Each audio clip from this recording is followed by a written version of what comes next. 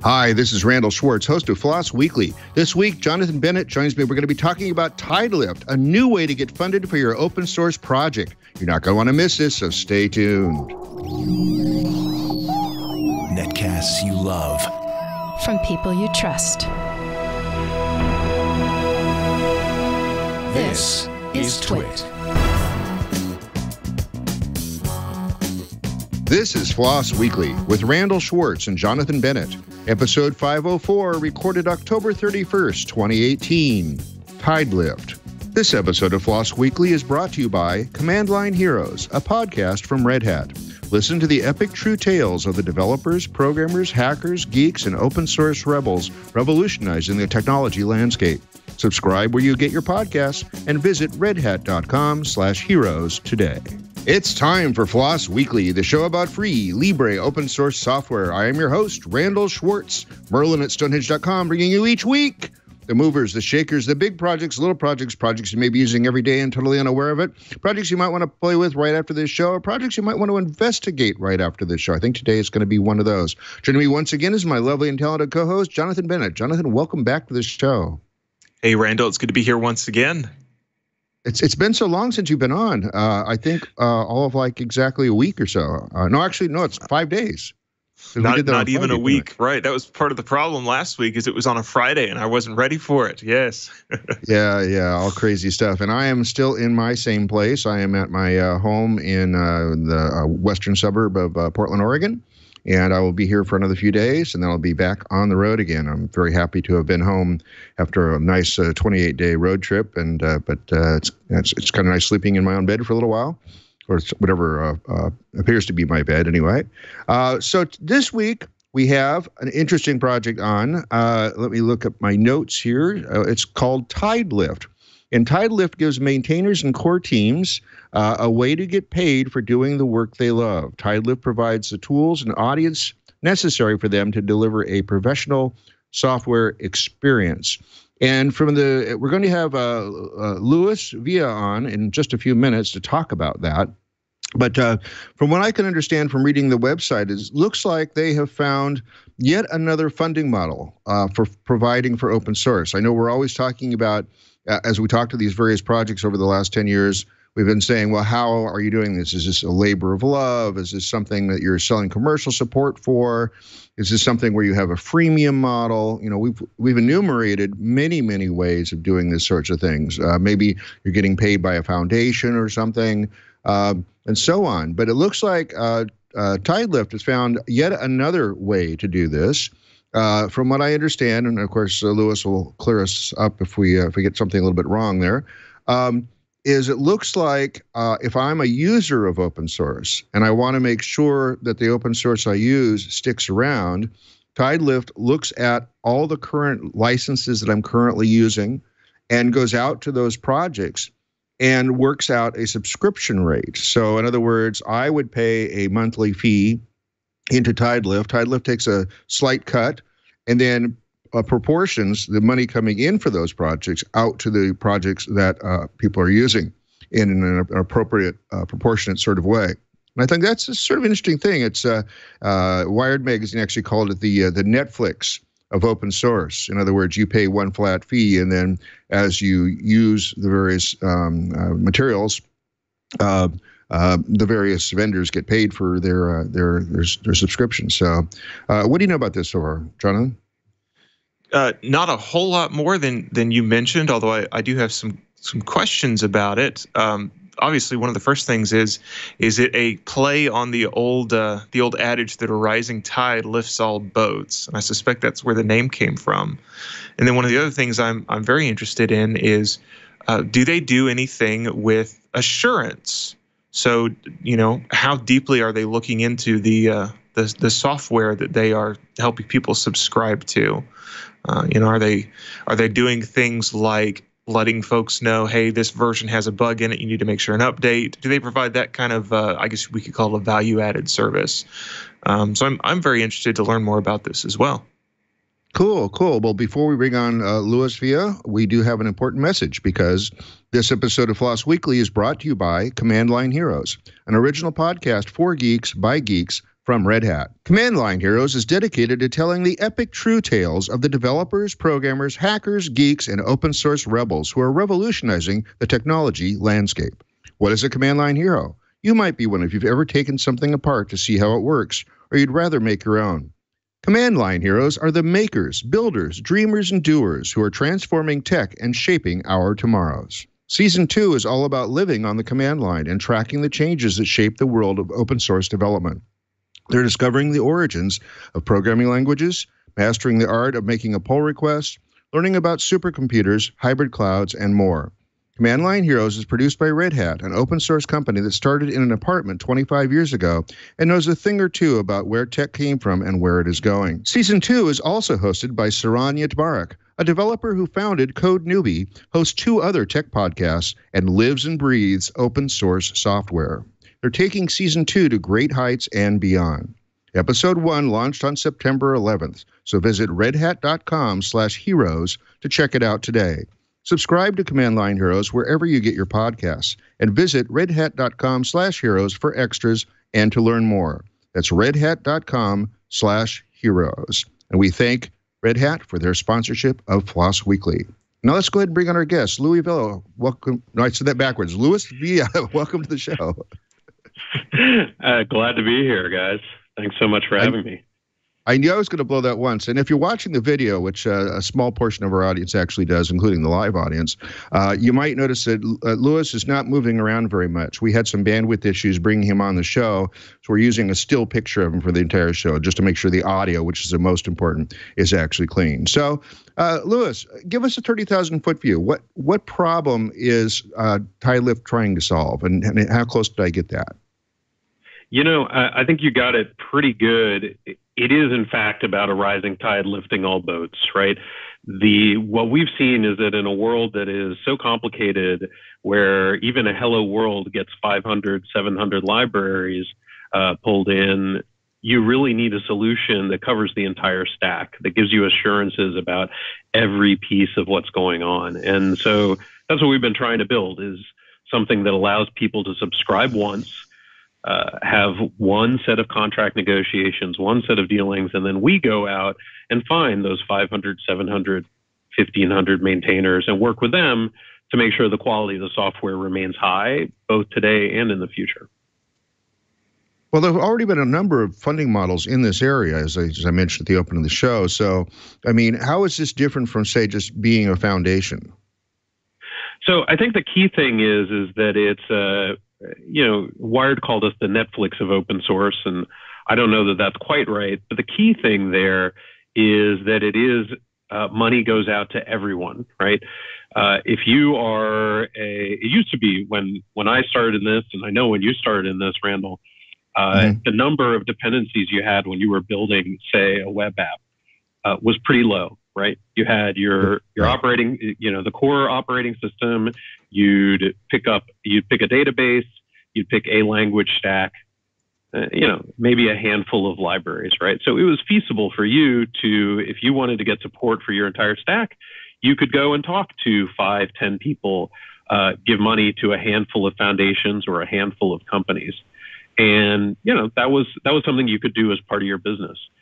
It's not possible anymore to do that, right? You can't just give, there's no one foundation or no one for-profit that you can give to and have assurances about your entire stack. And so what we want to do is solve that problem, right? Make it so that there is one place you can go and get coverage for an ever-increasing amount of your stack. So let's say sorry, go ahead. Oh, so I was just going to draw back to that Netflix thing, right? Netflix, you pay one check and all of the creators get money. And that's what we're trying to, that's analogous to what we're trying to do, right? Write one check and all the developers who you interact with get money based on how many of our users are using their product. So let's say I'm a business owner and I want to get protection and maintenance for the stack that I'm using with all the 150, 400, 6,000 components, whatever it happens to be. Do I then approach Tidelift and say, I want to become a customer of yours, and you determine some sort of monetary level that I need to participate at based on the things that are in my stack? Yeah, so we have, we have some standard pricing based mostly on the number of teams you have using the product, and then we go out, we scan what your teams are doing, and we go out and identify those projects. And in early days, we go out and directly contact those projects, and we say, hey, we have customers who are using your stuff. If you agree to provide certain assurances, then we'll agree to pay you based on the number of customers we have using it. Right. Over time, of course, we won't have to do that as much because we'll have already made contact with a lot of the biggest developers. Now, am I going to be paying? Yeah. My follow-up question then is am I going to be paying based on everything I'm using, or am I going to be able to select, say, here's the critical components for my enterprise? Can I just do a Tidelift agreement on those? We really think it's important to do a subscription on everything, right? Because frankly, our experience, you've seen this as well, everyone in the space has seen it, is that there are packages that tend to get forgotten about, right? Nobody thinks about the open SSLs or the left pads of the world until they're broken. And so we really think that by having a way to support the entire stack, that's going to come out with the best outcomes for everybody, right? You'll have not just that one or two things that are high profile, top of mind every day, but you also have assurance about all the rest of it. And we think that's important both for if you're a business, that's actually what's going to give you the best outcomes long term. And obviously, if you're an open source developer, that is what we think is going to have the best outcomes for the whole ecosystem, right? If we were, we don't want to just be the solutions for the handful of projects that are popular, that everybody knows their name, but rather the solution for everybody else as well. Hey, Lewis, it's Jonathan Bennett. I wanted to jump in and ask a couple of questions. So we've talked about assurance for software, and this is something that's on my mind. In fact, I just in the last couple of days I finished writing an article for Hackaday about this. There was a fairly popular library called Colorama that basically what it did is it allowed doing Unix-style text colors in the Windows terminal. It's a Python package, and color in Colorama was spelled in the American way, and somebody decided to start a new project, Colorama, but spelling color in the British way, and they added a little bit of malware inside of this package. And I'm curious, is trying to catch things like that part of the assurance that Tidelift offers to customers? It's definitely on our roadmap. One of the things that we think we can do, because we have a direct relationship with all of the developers, is we can do things like, track and make sure that the release is actually made by the person you think it's made by, right? And we can flag, hey, this changed maintainership and we don't know why. You should consider looking at something else. I mean, more basically, we're looking at things like project health, right? So, for example, we know that one of the sort of leading indicators for whether or not a package is going to get malwared like this is whether or not it's been unmaintained for a long time, right? We found a package just the other day for a customer who it turns out something had been unmaintained for 4 years, and there was some lack of clarity about the licensing. And there was a replacement that's much more actively maintained, and we were able to point them at that, right? That's the kind of, we're not targeting the malware case specifically yet, but by having those relationships, we think we can do that in the future, and it's definitely on our radar. Sure. One of the conclusions I came to when looking at this subject is really the key is maintainers like in Debian and in Fedora. You've got these guys that, very similar to what you're describing, have relationships with the projects. They know them. They know the people that's developing them. I think it's interesting that you guys kind of sit in the same space. You've got that same opportunity that once you meet people, you have their email addresses, you can maybe even call them up on the phone. It puts you in a place to be able to say, we know that this package is what it says it is. I think that's great. Yeah. Well, I think it's worth saying, right, that this goes beyond just call them on the phone. We have a contractual relationship with them. Now, I'm a former programmer, now a lawyer, so I'm maybe a little prone to overemphasizing that kind of thing, right? But I think it's important to, we're actually paying them. We're not just asking nicely. And that's an important part of how we assure our customers that this is real, right? It's not just folks on the internet being nice to you. Like, folks on the internet being nice to you has been amazing, right? We've all seen, those of us who've been involved for a long time, we've all seen how that has changed the world, right? But if you're a business building everything around open source, and these days all software businesses build everything around open source, it's going to help you sleep a little bit better at night if the relationship is something stronger. Right? Mm-hmm. I want to come back to that and ask you more about that in just a second. But first, do you guys do things also like track CVEs and then notify your customers when, hey, there is a really important patch you need to pull or an update you need to grab? So we do track CVEs, but I think even more importantly, we actually encourage maintainers to give us very specific information on things like what versions do the CVEs apply to? And are there things that didn't rise to the level of being a CVE, but you still think were a security vulnerability of some sort, right? And we can get very, because we're working directly with the maintainers, we can get very granular on that. So we can give you much more detailed information about security vulnerabilities for the packages that the maintainers have signed up for, right? And that's part of the, that's part of that relationship that we have with them, where we are asking maintainers to go a little bit further, right? To do some stuff that, frankly, there's not necessarily public standards for, and there's not necessarily motivation for, right? I don't think it's a knock on the average open source maintainer to say that they're typically focused on, like, what's the latest release? How do I support that latest release? And they're not necessarily thinking too much, and they often, frankly, don't have a lot of data about who's using the older stuff. When did people start using it? When did people stop using it? And we can make that information flow both ways, right? We can tell one of our subscribers, hey, the maintainer told us this version you're on, nobody should use it, right? And on the flip side, we can tell maintainers, we can say, hey, you know what?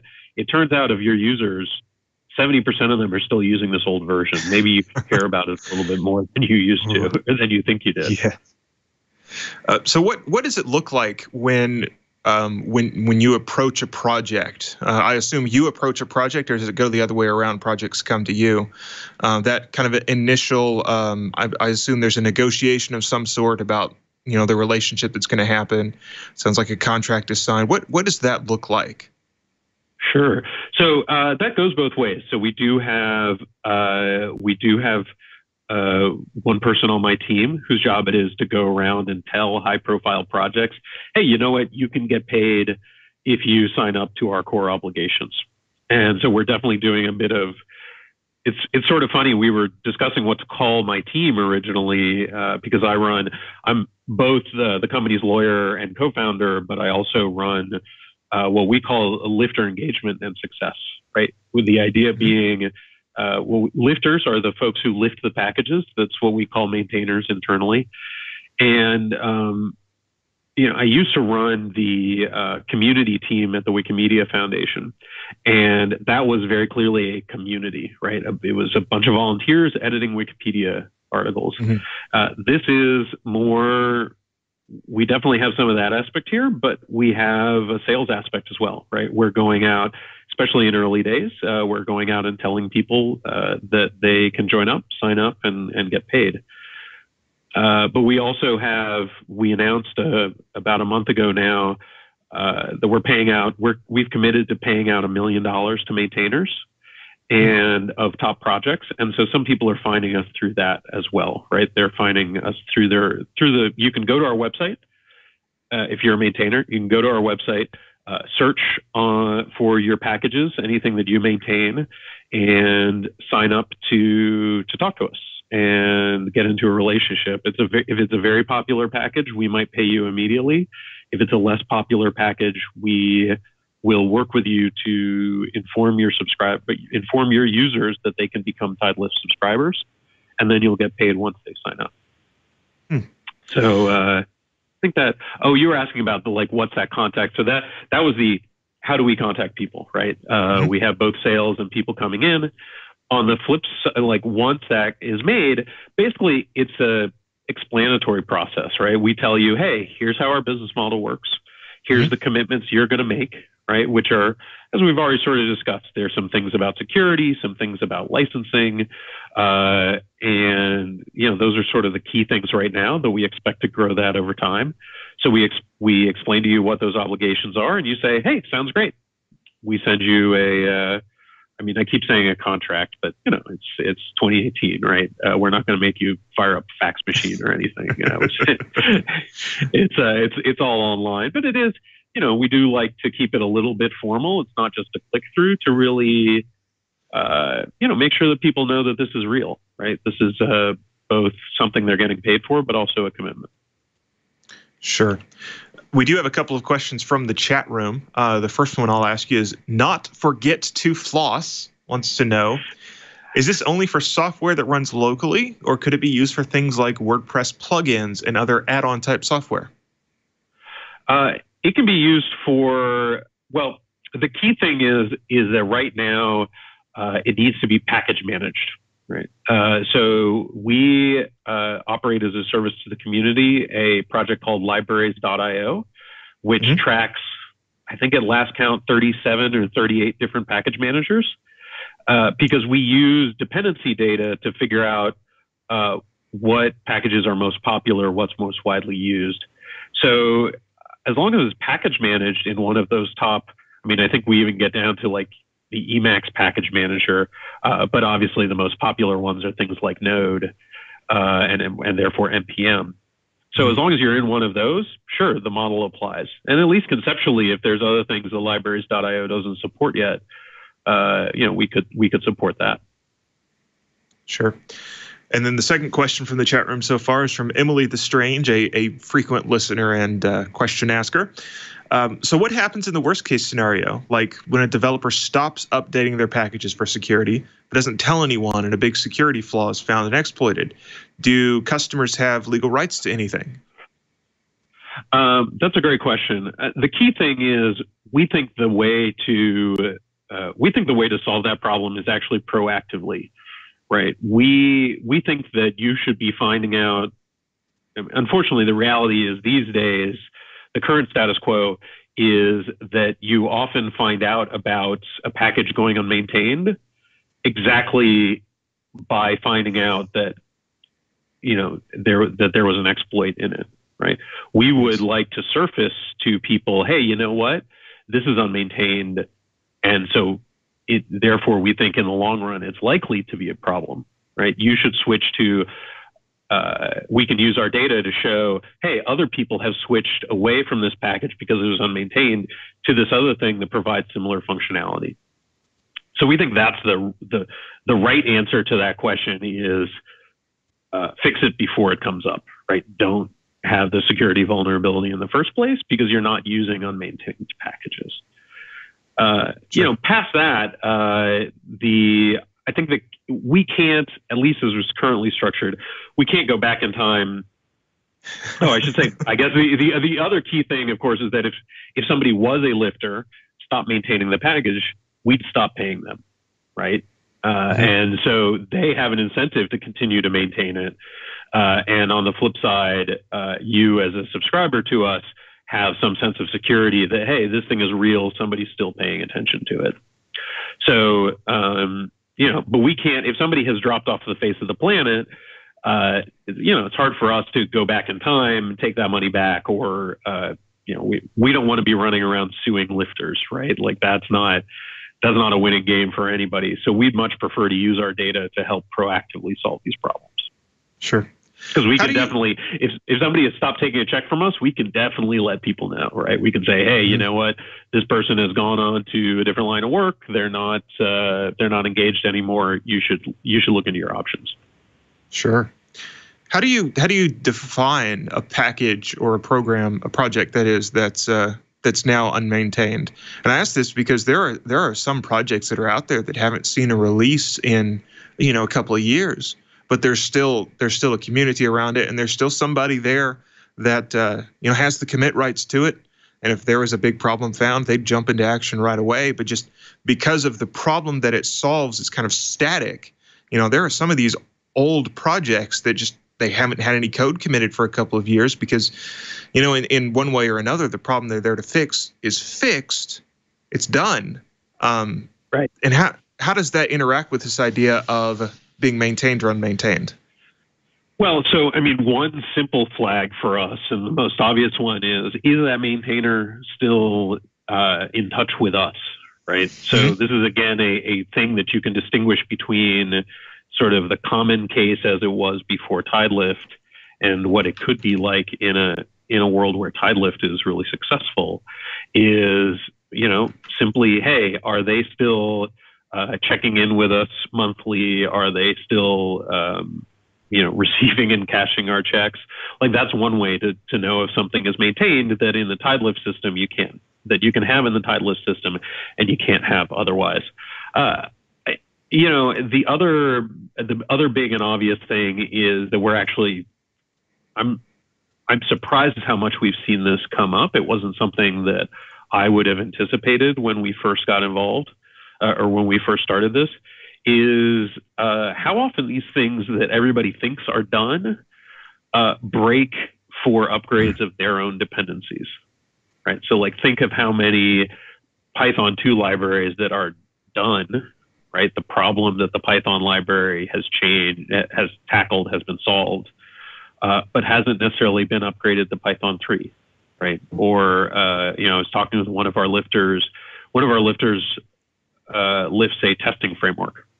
And they consider the project pretty much done and have for years. But yet every time there's a new release of the underlying framework that they're testing, they have to sort of frantically scramble to make sure that the thing still works, right? And 9 times out of 10, there's no new release, but they've done work behind the scenes. And so that's, so that's another marker. That's another flag there. Past that, it's still a work in progress, right? Like, this question is not an easy one, but we think we've got some ideas that we'll continue to work on and continue to develop there. Well, I'm happy to be, I'm a little disappointed. I went to libraries.io looking for the 5 or 6 things I've contributed to the CPAN, and I don't see any of them listed there. So there must be some higher threshold than just simply having been published on the CPAN. And one of those, in fact, was something that you were alluding to a few minutes ago, or at least Jonathan was, that CGI prototype, which I wrote I think almost a decade and a half ago, and put it up on the CPAN, was still in active use at its primary client, University at Buffalo, for many, many years after I made any changes to it. It's just because the code was good. It worked. And it's in current use by InsightCruises.com for their back-end staff. And again, I've made no changes to the code because the code just works the way we wanted it to. And so there hasn't been a release on the CPAN for a decade. And people think, well, the project's dead. No, it's not. It's just, I won't say it's perfect, but it works. It works. It works well enough so that people are still using it. So that's the important part and it actually held up well over time. I had the advantage of having already been a professional programmer for 20 years before I wrote it, so I had a pretty good sense of the pitfalls I could see in a general framework like that. My file finder, which is also in the CPAN, also isn't listed in your listing. It actually doesn't run on Windows. I never had a Windows box. I could never test it on that, but I get these bug reports about every 3 weeks from the CPAN testers saying it still doesn't work on Windows. And I go, of course I know it still doesn't work on Windows. I haven't changed it to fix that. I don't care about Windows. That point. That points out actually one of the things that we can also monitor, and then we do monitor, is simply interaction, right? Like, as long as it's in a public forum, we can say, hey, one of the things we know about this is that the maintainer is still interacting with users, even if they haven't done a new release, right? We don't currently have any We don't force maintainers to do that, right? That's not part of the deal right now. But it's another thing that we can monitor and look at. And we still don't have, like I said, we still don't have firm rules because we're still pretty new. But that's something that we can think about in the future. I'm surprised about CPAN. I want to get the names of those things afterwards because we do have, I think it's 3 million packages in libraries.io these days. So I'm really surprised to hear that something from CPAN isn't in there. It should be comprehensive. And if it's not, that's a bug. I want to talk to you about it afterwards. Absolutely. Wonderful. And because when I type in File Finder, I actually found the 3 or 4 packages that reference it as some alternative to themselves. So I know it has the right era there, but it doesn't have File Finder. So it's like, and I'm pretty proud about File Finder. That's one of my favorite things I created. So let's talk about this again from the perspective of being a lifter. So I have a contract with you, with Tidelift, and am I getting paid based on the number of people that subscribe that include me as one of their participants? Well, that includes you as one of their dependencies, right? So they don't even, again, to get back to this big difference from, when you and I started doing this to now is that, or even from 5-10 years ago to now, it used to be it wasn't a crazy suggestion to say, I have to manually check every one of my dependencies to understand what they are, right? Even, like I said, even 5-10 years ago, like that was starting to get difficult, but it wasn't obviously wrong to request that. Now it would just be, if I were still a lawyer in private practice and I went into a client and said, your engineers have to know exactly who the maintainer is of every single dependency that they use, I'd be laughed out of the place, right?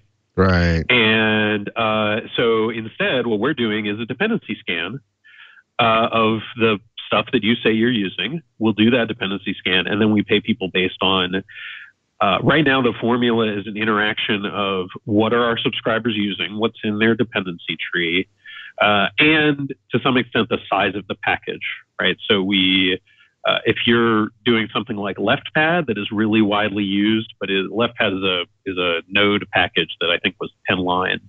Somebody deleted a few years ago, causing a great mess in that community. Yes, I remember the that. Yeah. So we do an interaction of essentially the size of the package with the usage, right? So if everybody uses it, but it's small, you get paid some. If everybody uses it and it's, React, so it's huge, then that gets paid differently. We do some, we're still working on exactly how we do this, but we do then do some filtering for things like, for example, we ran into a package the other day that's essentially just all of Unicode packaged in a Python dependency, right? And so the actual the actual work that went into that is very small, but the package is huge because Unicode is huge, right? So we do some manual checking of that kind of thing. But it's basically that interaction of popularity amongst our paid subscribers. What are they actually depending on? And the size. There's a blog post up on our site that if we want to share some links later, explains some of that, I think. Sure, we'll share whatever we got sent before the show in the show notes for sure. So now I went on a total blank. I was trying to figure. Oh, so you're auditing the licenses, the code, the dependencies that you're using. Are you using an off-the-shelf tool for that, or did you write something for yourself? We're using a mix of some off-the-shelf tools and some stuff we're writing for ourselves. The interesting thing that we're doing is we're actually starting from the flip side. Most of the off-the-shelf tools for license scanning are extremely fine-grained, right? They are literally looking at like every single file header in a package. And that leads to, if you've ever had a client do a license scan and been forced to deal with the results, that leads to thousands of false positives, right? And we didn't think that was very useful. And so what we've been doing instead is actually looking at the simplest information about licensing that we can find. So my favorite example of this is most package managers these days have a license metadata field. And GitHub also will try to detect license information automatically. So we simply compare those two. And if your package manager and GitHub disagree, that's a warning flag that other things may be wrong in the licensing, right? But that's like the simplest possible licensing metadata that we could get. It turns out that depending on how you want to look at it, somewhere between 10 and 20% of packages don't even get that most basic level right. And so, we're starting with those kinds of simple tests to help nudge developers and lifters in the right direction, right? And you'd be surprised, people, they run that test and they're like, oh, it turns out I had just said BSD and hadn't really specified what kind of BSD license, right? Or I had specified GPL, but I hadn't specified what version. And so, we think that that's sort of the first level of a community-friendly, bottom-up kind of way of approaching licensing, because the approach the big companies take is not, it's not very scalable, frankly. Is your license auditing software, and dependency auditing software, I should say, something that I could run in private against my code base if I have privacy concerns? If you're a paying customer, yes. Good. I was worried about that. I was thinking, okay, are you coming in and seeing my entire, proprietary code base just so you can figure out what dependencies I have? And that would be something I don't think many operational managers would allow. Yeah, well, I mean, that's definitely. Actually, let me take a step back and answer that, right? Because I think it actually says something pretty important about who we are as a company. Okay. So all of the 4 co-founders have been doing this, and by this I mean not just open source, but enterprise level open source for getting on 2 decades now, right? So Donald, one of my co-founders and our CEO, was the first product manager for Red Hat Enterprise Linux, and has since then has gone on to invest in a bunch of open source companies. And similarly, one of my other co-founders, Jeremy Katz, he was, well, among other things, he maintained the Red Hat Package Manager, RPM, for many years, has since worked at HubSpot and Google and a bunch of other companies. So we are, you could say, positively, you could say we're battle scarred. We understand all these things it takes to sell into big enterprise companies. The one you just mentioned is a great example of that, right? There's all kinds of security concerns. There's all kinds of privacy concerns. And that's the kind of thing, frankly, that we want to take off the hands of the average open source maintainer. Because you can learn that the hard way by trying to sell support for your one library into a bunch of companies, which, as you know from experience, that's not easy to do. Or you can offload that sales job to us. We can figure that part out. We can let you know, hey, you know what? It turns out big enterprises care about X, Y, and Z. So you just take care of X, Y, and Z, and we'll take care of sales and all that kind of other stuff, right? We'll take care of figuring out how do you know if somebody is using your package internally? And that's really what we think is a big part of the value for lifters, is that you can get paid, but still focus much closer to the things that you actually care about, which probably is not enterprise sales. Hey, Louis, I wanted to ask, we've talked a lot about the relationship that you have with your customers and the relationship that you forge with developers. What about with these repositories? Do you guys have contact with, relationships with places like NPM and PyPy? We've talked to them. I mean, nothing deep yet. We're not doing, I think, anything particularly rocket science-y with that dependency information, so we haven't needed to have deep conversations with them. But we're certainly not if any folks from those projects are listening to us, today, we'd certainly be happy to talk to you. We're definitely talking with some related projects and foundations who do support some of that core infrastructure, and so we'd be happy to continue those conversations. Sure. So we had a follow-up question from Emily the Strange. She says she's going to piggyback on her own question. What's the liability for if you recommend something to your clients to upgrade to a new software update, but it ends up really messing up the client system or network? Who's responsible at that point? And I guess that's kind of a follow-up question about this idea of assurance and the kind of assurance that you give to customers. Right. Well, asking a lawyer about legal liability, I mean, how much time do we have left? Not enough. And right. So I won't get into that in that much detail. We have to give, as you know, and as I'm sure Emily knows because she's asking intelligent questions here, this is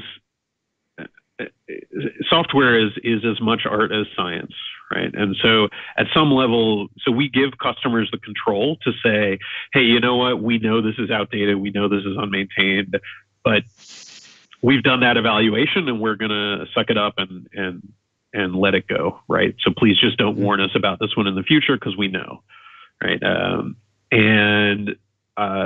Likewise, we can't evaluate all the code, right? We can't. If you've got a big, complicated system, we can tell you should think about it, but we ultimately can't be the ones who evaluate that and decide whether or not it makes sense for you specifically. All we can do is surface information that you might not have had otherwise so that you can make a more informed decision yourself. Because our observation these days is that a lot of folks end up sort of flying blind on this, right? Like they're part of why they stick with older libraries is because they don't know enough about the new versions, so it's hard for them to make decisions. And we think we can supplement that, but ultimately we can't make the decision ourselves. So to go in a bit of a different direction, if you've got a customer that's running on a Red Hat system, do you pull information from Yum or someone on a Debian system? Do you pull information from apt? Is that are those some of the repositories you connect to? So we don't do C libraries yet. I shouldn't just say C libraries. I mean, the sort of core operating system libraries, and we don't for a couple of reasons, right? One is simply that there's a variety of different package managers instead of one central one. Like, libc is going to be in both. It's changed names so many times now. DNF, I guess, is the Red Hat one these days, and apt on the Debian side. Plus all of, as you know, a lot of the Docker images these days are all in Alpine. So there's a whole different set of things there. So we haven't really, we haven't gone that deep in the stack for that technical reason. There's also simply the social reason that that's the best supported part of the stack already, right? It's not perfect as the OpenSSL situation shows us, but but there are so many companies and sources of revenue and infrastructure there that it's different from from that sort of mid-tier, right? Like the stuff that's in NPM, the stuff that's in CPAN or PyPI. Those are where we think there's the biggest weakness, the biggest gap to be filled. It certainly makes sense. That's kind of the observation that I've made as well, because you don't have maintainers for those repositories. And then a follow-up question, which doesn't quite make as much sense because of your answer, but I think it's still worth asking.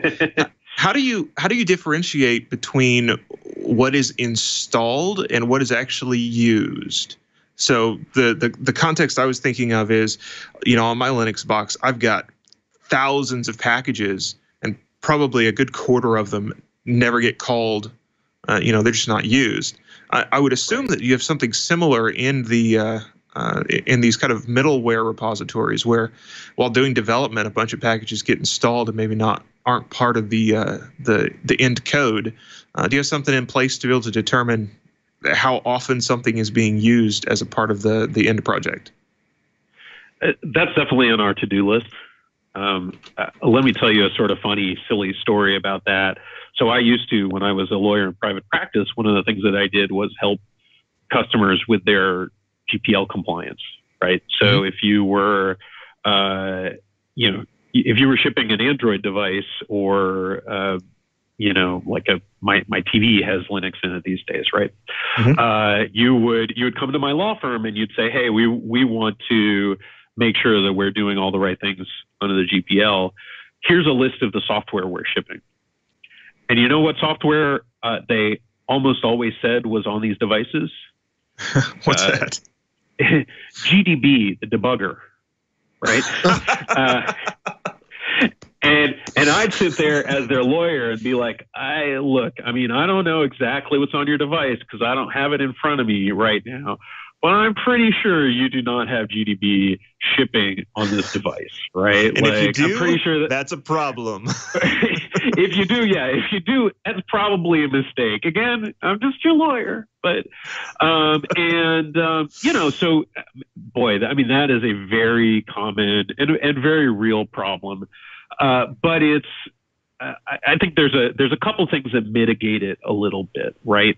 So one is I think that there's, in the sort of modern package managed languages, people are getting a little bit better. Like the average practice is a little bit better than it used to be about distinguishing like what's on my test machines, like what's in my build environment versus what's in my actual deployed environment.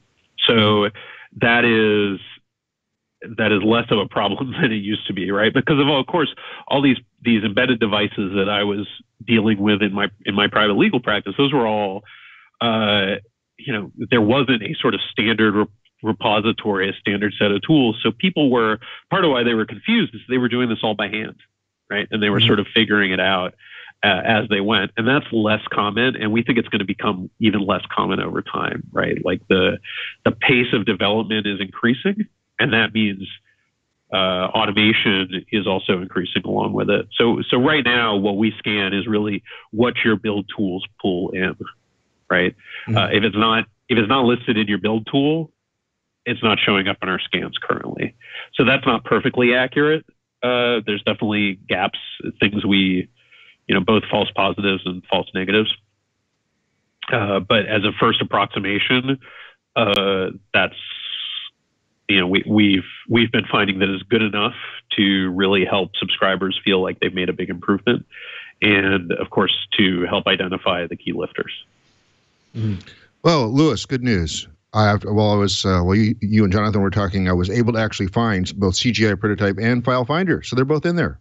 So I just wasn't using the right way of searching in the keywords and stuff for that. CGI Prototype was created in a very cold winter in December 1st, 2004 at the University at Buffalo. Buffalo, New York is not a good place to be in December. I remember building it there, and I was like, oh, I'm freezing every day. Most recent release was 2011, probably an update for CGI PM changing. So that's been changed. And File Finder was initially created in 2003. And I haven't touched it since 2005, not even to fix the Windows problem, but they're both in there. So I'm pretty happy that that you don't have a gap in your coverage of at least the CPAN. So those are two more obscure packages. Yeah, really nice. I'm glad we don't have a gap in the coverage. I'm still frustrated about there's a user experience problem there. If you weren't finding it, we should be helping the search to work better. So. I think I was typing the lowercase package name because that's how it typically shows up in package managers. I was typing file-finder all lowercase, but as soon as I typed capital F in File Finder, it found it. So there's a case sensitivity issue for that. So that was interesting. So it'll be a lot of CPU cycles to make this stuff case insensitive, but I think we can maybe manage in 2018 to to make sure it's case insensitive. We're almost out of time. We're almost out of time, but I do have one other area I wanted to cover as well. How is your support for containers and container building systems? What we're looking at is the build system of the code that's running within it, right? So if you are, there's still, it's definitely on our to-do list because for obvious reasons, containers are huge. but we would, like, if you're running, like, the most common case in our experience with our customers so far is they're doing something like Alpine Linux, like a base image, right? And then they're running something like npm install to build out the node packages that are in the image, for example, right? So we would catch the things that is being installed through npm, but not necessarily that underlying Alpine level, right? So, so the more standardized your build process is, the better we're going to be at catching it. Again, it's not perfect, but in part by spreading this out across many different customers, a thing that's sort of, how to put it, probabilistically correct, right? Like, we don't have to, if we have 100 customers or 1,000 customers and our scan is incorrect on one of them, it's not going to make that big of a difference to the results for the lifter one way or the other, right? Because if you're still used by the other 999, you're going to make a lot of money. And if that's the only customer you're used by, that one scan that was missed, then you weren't going to make that much money anyway. So Sure. That makes sense. So we're almost out of time. Is there anything we didn't ask you that you want to make sure our audience is aware of before we have to let you go? I think the one thing that we haven't really touched on is the frustration that a lot of developers feel right now about making a career out of this, right? We've talked a lot about the technical things. How's this going to get scanned? How's this going to get picked up? How's the money allocated? Right. What we keep hearing when we talk to developers is, I know so many people are making value out of my open source, and it's hard for me to build a life out of it, right? And so I do these other things that allow me to do open source on the weekends. And we hope, the reason we founded the company is we think it'd be better for both big enterprises and for the developers if the developers were able to say, you know what, actually, this is my job, right? This thing that I'm passionate about, or maybe, in the case of somebody like you who's been doing it for a while, Randall, many different things have added up over time into something that I can make a career out of.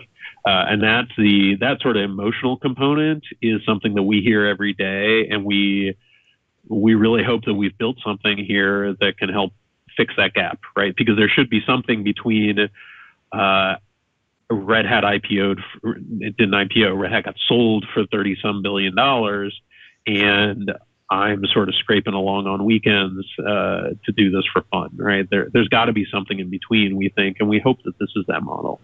And that emotional gap is as important to us as any of the technical details. Yeah, and I'm lucky because early in my career, I decided to go all in on open source and figure out a way to constantly make money doing it via consulting and writing and teaching and things like that. And I had the wherewithal to do all that, but a lot of people aren't able to make that jump from doing this on nights and weekends because I like to do it versus actually building a business around it, or maybe they can't because they've got a day job and that gets in their way. So my day job disappeared just before that. Yeah, exactly. I mean, if you had started, you obviously I owned one of your books many moons ago. It's been a long time since I wrote any Perl, but we think if there was somebody like you coming along today, we would be one of the core building blocks of that, right? You might still do consulting. We certainly don't prohibit, like, being a lifter is not exclusive to other things. If you want to still do writing and consulting and all those things, great. But lifting through Tidelift would be a complementary thing that would help you have the confidence to take that plunge. And that's really important to us, and hopefully we'll see a lot more of that in the future. So if any of your listeners are interested, you know where to find us. Absolutely. And one more last question. Well, a couple questions after that, because my audience will yell at me if I don't ask them. So, but one last question, sort of a follow-up to that. The formula for Tidelift isn't all that unique. Do you expect competition, and do you welcome it? Oh, yeah. I mean, we absolutely welcome it. I'm not sure that I expect the competition, right? There's a pretty unique blend of enterprise experience, enterprise sales experience, and the connection with users that I think we have. I think that's going to be I think that's going to be tough to duplicate, right? And there's a lot of easier models. I mean, look, the hot trend in the past few weeks, I don't know if you've discussed it on the show yet, is Redis has a new sort of open, sort of proprietary license. Who else? Mongo has well, maybe it's copyleft, but maybe it's so outrageous that it's not copyleft. People are sort of trying to replicate the old shareware, freeware model. That seems to be where the energy is. And, if that works for somebody, great. So if there's competition in that way, great. But we think that this model allows people to capture the best of free and open software, right? You can still iterate really quickly. You don't have to worry about licensing. It's sort of one size. It's all you can eat instead of slicing and dicing for 1,000 different contractors. So, look, if somebody, for example, as an example of the competition we do have, I shouldn't even say competition, right? This gets back to what you were saying. You built your career out of a bunch of different sources, right? There was book income, there was, public speaking, there was consulting. What we see, and a lot of the folks who are signing up for us right now, they have a Patreon, they have an open collective, they have consulting. And we think, again, we think in the long run, we're a better, more stable source of income because it's based on actual value that you're delivering to enterprises rather than, Patreon relies on the goodwill of companies, which, as we all know, the goodwill of companies is sort of fickle, right? If you deliver value to them that they can really quantify, that they can put into a graph and into their explanations to managers, that's going to be a steadier, larger pool of income. And so, we think that those all naturally fit together. Excellent points. Excellent points. Okay, my final two questions, again, otherwise my audience will yell at me.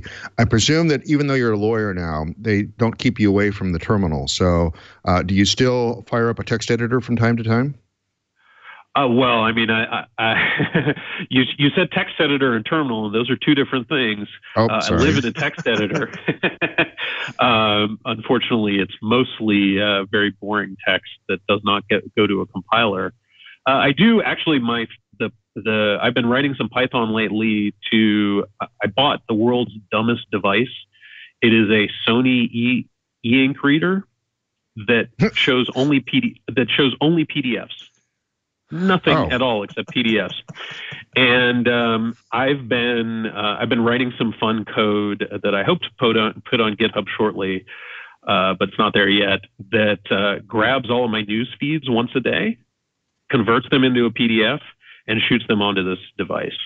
So instead of being constantly tempted by, there's a new, somebody wrote a new thing, I get it once a day. I get it on a disconnected device, sort of like an old-fashioned newspaper, right? That's been my fun project lately. Thankfully they keep me away from the company code. That would not be a good scene. Well, Louis, it's been great having you come on the show and talk about Tidelift, and I'm sure you're going to be introducing this to a whole new bunch of people that you might not have heard about it yet. So that'll be great, and I'm looking forward to seeing what happens to your company over time. And hopefully, I wish you the best of luck. Great, thank you so much, both of you, for having me on. I really appreciate it. Thanks so much. Great. That was Louis Villa talking to us about, I didn't find out where he was talking to us from, and he's gone already. But I got way distracted by the fact that the show started late, so that's just the way it is. So, Jonathan, what do you think? Oh, that's an interesting project, an interesting company that they've put together. I'm actually pretty excited about this because it is one of the best open source models that is companies and users doing support contracts and something that looks a little bit like consulting, where they pay the open source projects, which I think that is just about the best business model for open source. And it is a broker that helps small open source projects, that small in that they don't have a big corporation around them, take advantage of that model without having to do, miles of paperwork and waiting through the red tape about it. I think that's really neat. I look forward to them even more broadening their scope of the kind of projects that they've brought into this kind of collective family that they help out. Because obviously there are system libraries and projects like that are in use in various places. Some of them you wouldn't ever think about, but they've got mission critical uses in various places, and it is great. It is great for the projects, but it's also great for the users because they get to. They have an easy way now to be able to push money back into development, kind of a simpler way for them to do it. And also in return, they get some of that assurance that, hey, if there is a bug, so the project leader for, XYZ Incorporated doesn't have to be constantly trolling the list of CVEs. They don't have to always be watching out for all of the different libraries they've got. They can just write one check, and there's this company out there that says, okay, by the way, you're using this. This is the version that we show you're using. You really need to update, and this is why. I think it's excellent. I mean, this is, so long as they can keep everything together as far as the business side of it, the actual user experience side for both their customers and also the projects, I think it's just great. Yep, and I always look at syndications like this as having a great opportunity and usually fulfilled opportunity to use the economy of scale. The individual transactions that would have to happen between, say, ZipRecruiter and Richard Hipp to use SQLite would be prohibitively expensive. If you looked at the tens of thousands of packages ZipRecruiter is using every day. Even Insight Cruises uses maybe 200 or 300 dependencies, so that would be something that would be prohibitive to try to syndicate out, to try to negotiate out. So, and in fact, I forgot to ask him. I'm hoping that Richard Hipp is one of the potential Patreons of this thing, because that would be really appropriate given his contribution of SQLite to the world. But I think he's also full-time for Nokia and is pretty much paid for that way, because there's a little bit of SQLite in pretty much every smart device we own. It's something we found out by having him on a couple times before. Let's talk about who's coming up, because we're almost out of time here. We're going to lose my slot for the network. This Week in Linux is next week. We've got Michael Tunnell, who started this show in early 2017. It's a news show, about a 45-minute a week, I guess, something like that. Might be a good replacement for those of you that are really hungry for things like, Dan's show, the Linux Outlaws. Might be something interesting. But we're going to bring him on to talk about his show, talk about what he does behind the scenes. Coincidence, I guess. Maybe I was thinking of that when I did last week's show. But he'll come on, and he's actually volunteered to be another of our rotating panel of co-hosts. So I want to bring him on, talk to him, see how he does talking to us. And if that's a great experience, then he'll be showing up more often as well. Invoice Ninja, right after that, a powerful suite of online tools, invoicing clients, collecting payments, creating proposals, expenses, time tasks, and more. Fully open source, including their Flutter app. So they have an app in the App Store right now. And even the source code to that, you can download and put it on your phone, which is really cool. Kong is an API gateway. It's a middleware sort of thingy. Vista is the comprehensive suite of patient care software developed by the Department of Veterans Affairs over the past 35 years. That sounded really familiar, but I Googled, and we haven't had them on Floss Weekly before, but it sounded like it was familiar. Hey, we just run across them in other contexts. OpenVPN. Again, I can't believe we haven't had OpenVPN on the show in all these 11 years, but it's a free and open source software application that implements virtual private networks, right? So it's probably one of the most critical ones that everybody seems to be using. YadaDB is a new kind of database company delivering a proven database engine to your application, enhancing simplicity, security, stability, and scalability. That could be a buzzword bingo show. We'll see how that goes. Finally, rounding out the year, my buddy, well, soon to be my buddy, I guess, Eric Seidel, who works for Google, one of the chief advocates there for Flutter, and has done a number of talks at a number of conferences on Flutter, is going to be coming and giving us the update. Flutter is in, well, all I can say right now, since I'm under an NDA, is it's in late preview release. So that's cool. And we're hoping it gets a little further along by the time we do that show. We're hoping, crossing fingers. We'll see, presuming everything works.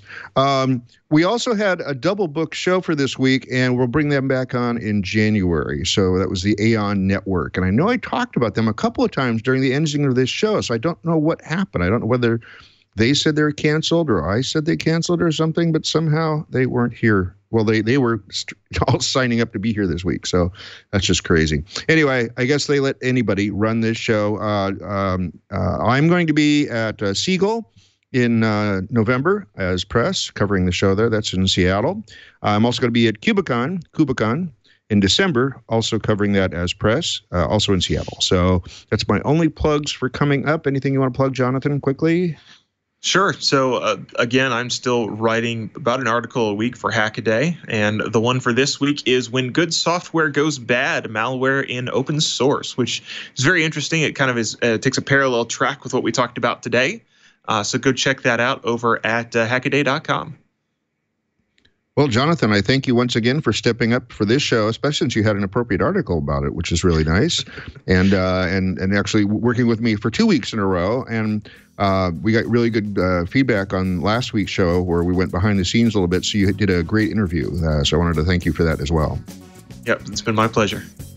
Awesome. So that's it for this week. We'll see you all again next week on FLOSS Weekly.